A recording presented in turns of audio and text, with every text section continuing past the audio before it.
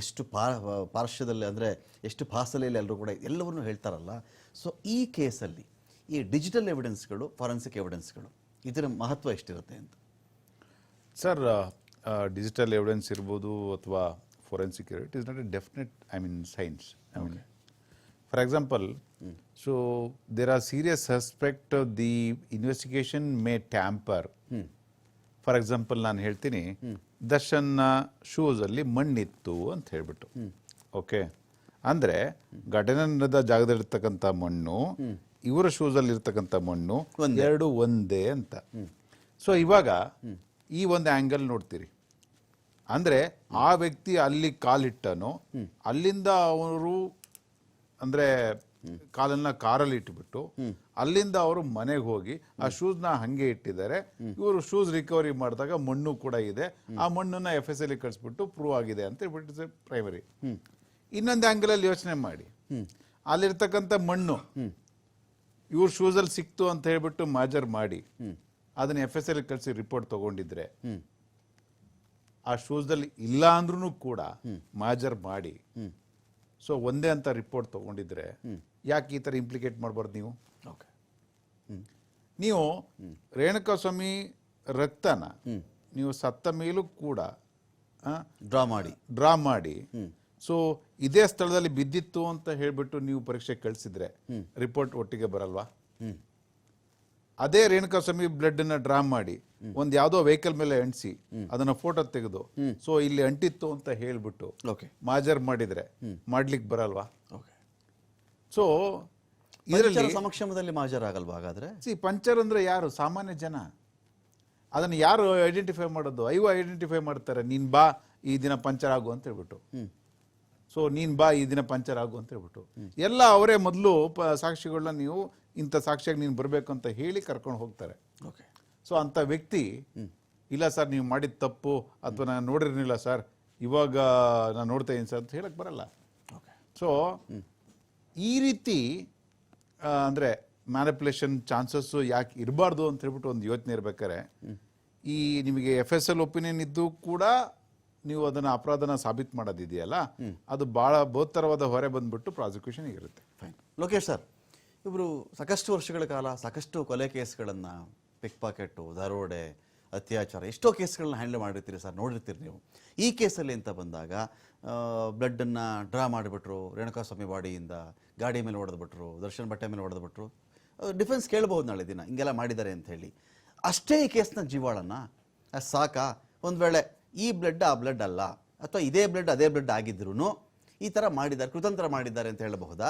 ಕಾರಣ ದರ್ಶನ್ ಬಟ್ಟೆ ಮೇಲಿದ್ದಂತಹ, ಶೂ ಮೇಲಿದ್ದಂತಹ ರಕ್ತದ ಕಲೆಗಳ ಗುರುತು ಅವ್ರ ಮನೆಯಲ್ಲಿ ಸುಶೀಲಮ್ನವ್ರು ಇರಬೇಕು. ಅವರು ಬಟ್ಟೆನ ಒಗೆಯಕ್ಕೆ ಹಾಕಿದ್ರು, ಒಗೆದ್ರು, ಒಣಗಿ ಹಾಕಿದ್ರು, ಅದನ್ನು ತಂದ್ವಿ, ಅದ್ರಲ್ಲಿ ಹೆಂಗಸ್ವಾಮಿ ಕಲೆ ಇರ್ತದೆ. ಇದೇ ಒಂದು ವಾದವನ್ನು ದರ್ಶನ್ ಪರ ವಕೀಲರಾದ CV ನಾಗೇಶ್ ಅವರು ಮಂಡಿಸಿದ್ರು. ಪ್ರಸನ್ನಕುಮಾರ್ ಅವರು ಏನು ಹೇಳಿದರು ಅಂದರೆ, ನೋಡಿ ಸ್ವಾಮಿ, ಇಂತಿಷ್ಟು ಉಷ್ಣಾಂಶದ ನೀರಿನಲ್ಲಿ ಅವಾಗ ಈ ಥರ ರಕ್ತ ಇರ್ತಕ್ಕಂಥ ಕಲೆ ಇರ್ತಕ್ಕಂಥ ಬಟ್ಟೆಗಳನ್ನು ಒಗೆದ್ರೆ ಅವಾಗ ಅದು ಸಿಗಲ್ವೇ ವಿನಃ ತಣ್ಣೀರಲ್ಲಿ ಬಟ್ಟೆ ಒಗೆದಿದ್ರು ಅವತ್ತು ಯಾರು? ಸುಶೀಲಮ್ನವರು.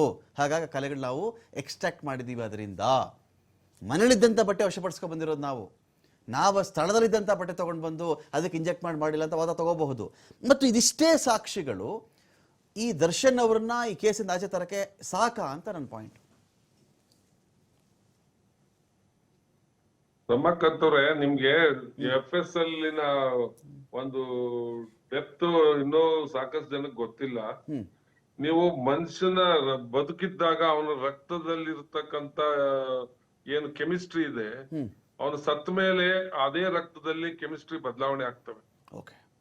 ಆ ಪಾಯಿಂಟ್ ಅನ್ನು ಇಲ್ಲಿ ಡೀಟೇಲ್ ಆಗಿ ಅವರು FSL ಅವರು ರಿಪೋರ್ಟ್ ಕೊಡ್ತಾರೆ. ಇದು ಸತ್ತ ಮೇಲಿನ ರಕ್ತನ, ಸತ್ತ ಬದುಕಿದ್ದಾಗಿನ ರಕ್ತನ, ನಿಮ್ಗೆ ಅದು ಗೊತ್ತಿರ್ಲಿ ಅದು ವಿಚಾರ, ಅಥವಾ ವೀರ್ಯನೇ ಆಗಿರ್ಲಿ, ಇದು ಅಂದ್ರ ಅವ್ರ ಮೈ ಮೇಲಿಂದ ತೆಗ್ದಿರೋದು ವಿಕ್ಟಿಮ್ ನಿಂದ, ಅಥವಾ ಇವನಿಂದ ಅದನ್ನ ಎಜೆಕ್ಟ್ ಮಾಡಿ ತಗೊಂಡು ಇದಕ್ಕೆ ಸಿಂಪಡಿಸಿ ತಗೊಂಡಿರೋದ, ಈ ತರದ ಪ್ರಶ್ನೆಗಳು ಬರುತ್ತೆ ಅಂತಲೇ ಅದಕ್ಕೆ ಡೀಟೇಲ್ ಆಗಿ ಅದ್ರದ್ದು ಒಂದು ಸ್ಟೇಟ್ಮೆಂಟ್ ಅವರು FSL ಎಕ್ಸ್ಪರ್ಟ್ಸ್ ಕೊಡ್ತಾರೆ. ಹಾಗಾಗಿ ಆ ಡಿಫ್ರೆನ್ಸಿಯೇಷನ್ ಆಗೇ ಆಗುತ್ತಲ್ಲಿ. ಸತ್ತ ಮೇಲ್ದ ಬದುಕಿದ್ದಾಗಿನ ಬ್ಲಡ್ ಇದು ಫಸ್ಟ್ ಆ ಕ್ವಶನ್. ಫಸ್ಟ್ ಮನುಷ್ಯನ್ ಬ್ಲಡ್ ಅಂತ ಒಂದ್ ವೆರಿಫೈ ಮಾಡ್ತಾರೆ ಆ ಕಲೆನ. ಆಮೇಲೆ ಅದ್ರಲ್ಲಿರುವ ಕಂಟೆಂಟ್ಸ್ ಗಳನ್ನ ಡಿಫ್ರೆಂಟ್ ಮಾಡ್ತಾರೆ. ಆಮೇಲೆ ಬದುಕಿದ್ದಾಗ ಯಾವ ರೀತಿ ಇರುತ್ತೆ, ಸತ್ತಾಗ ಯಾವ್ದಿರುತ್ತೆ ಅನ್ನೋದು ಒಂದು ಇದಿದೆ ನಮ್ಮಲ್ಲಿ, ಅವ್ರಿಗೆ ಮೆಜರ್ಸ್ ಇದೆ. ಅದರಲ್ಲೂ ಇದನ್ನ ವೆರಿಫೈ ಮಾಡಿ ಆ ರಿಪೋರ್ಟ್ ಕೊಡ್ತಾರೆ. ಹಾಗಾಗಿ ಇವ್ರು ಸಿಂಪಡಿಸಿ ಮಾಡಿ ಮತ್ತೊಂದ್ ಮಾಡಿದಾರೆ ಅನ್ನೋ ಪ್ರಶ್ನೆಗೆ ಅದಕ್ಕೆ ಉತ್ತರ FSL ಎಕ್ಸ್ಪರ್ಟ್ಸ್ ಕೊಡ್ತಾರೆ. ಅದಕ್ಕೆ ಆ ವಿಚಾರ ಅದು ಅವ್ರ ಜವಾಬ್ದಾರಿ. ಅದು ಐವೋದು ಏನ್ ಕಂಡಿರ್ತಾನೆ ಅವನಿಗೆ ಮಾಜರ್ ಮೂಲಕ ಸಾಕ್ಷಿದಾರರು ನಮ್ಮ ಮುಂದೆ ಮಾಡಿದಂತ ಏನ್ ಹೇಳಿಕೆಗಳು ಕೊಡ್ತಾರೆ ಅದು ಅಲ್ಲಿ ಸಪೋರ್ಟಿಂಗ್ ಎವಿಡೆನ್ಸ್ ಆಗಿ ಆ ಎಕ್ಸ್ಪರ್ಟ್ಸ್ ಕೊಟ್ಟ ಒಪಿನಿಯನ್ಗೆ ಸೂಕ್ತ ಅಂತ ಹೇಳಿ ಒಂದು ಅಭಿಪ್ರಾಯಕ್ಕೆ ಬರ್ತಾರೆ.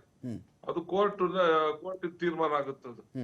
ಅಲ್ಲಿವರೆಗೂ ನಾವು ಏನೇನೋ ವಿಚಾರಗಳನ್ನ ಹೇಳ್ಬೋದು. ಇವತ್ತು ಆ ತರ ಪ್ರಶ್ನೆ ಇಲ್ಲ. ತುಂಬಾ ನಿಮ್ಗೆ ಫೋಟೋ ಏನ್ ಹೊಡೆದಿದ್ದಾರೆ ಇವತ್ತು, ಏನು ಇದು ಇರಾನಿಕ್ ಟೆಕ್ನಾಲಜಿಯಲ್ಲಿ ಆ ಸ್ಕಿನ್ನಿನ ಏನಿದೆ ಅದು ಈ ಕ್ಯಾಮ್ರಾದಲ್ಲಿ ಬಂದಿರೋದು ಟ್ಯಾಲಿ ಮಾಡುವಂತ ಟೆಕ್ನಾಲಜಿ ಬೆಳೆದಿದೆ. ಆ ಸ್ಕಿನ್ ಲೇಯರ್ ಆ ಇದೇ ಕ್ಯಾಮ್ರಾದಲ್ಲಿ ತೆಗೆದಿರೋದು ಅನ್ನೋದನ್ನ ಹೇಳುವಂತ ಒಂದು ಟೆಕ್ನಾಲಜಿನೂ ಟರ್ಕಿ ಟೆಕ್ನಾಲಜಿ ಇದೆ ಸರ್. ಅದು ಇವನ್ ಜಪಾನ್ ಕೂಡ ಯೂಸ್ ಮಾಡ್ತಾರೆ. ಟರ್ಕಿ ಆ ತರದ ಟೆಕ್ನಾಲಜಿನೂ ಮಾಡಿದ್ದಾರೆ. ಅದನ್ನು ಇಲ್ಲಿ ಬಳಸಿದ್ದಾರೆ. ಆ CCTV ಕ್ಯಾಚರ್ಸ್ ಗಳಲ್ಲಿ ಏನೇನಾಗಿದ್ದಾವೆ ಅದನ್ನು ಕಳಿಸಿ ಅದೆಲ್ಲ ಮಾಡಿದ್ದಾರೆ. ಸೊ ಅಷ್ಟು ಆಳವಾಗಿ ಇದ್ರಲ್ಲಿ ಇನ್ವೆಸ್ಟಿಗೇಷನ್ ಆಗಿರೋದ್ರಿಂದ ಇದನ್ನ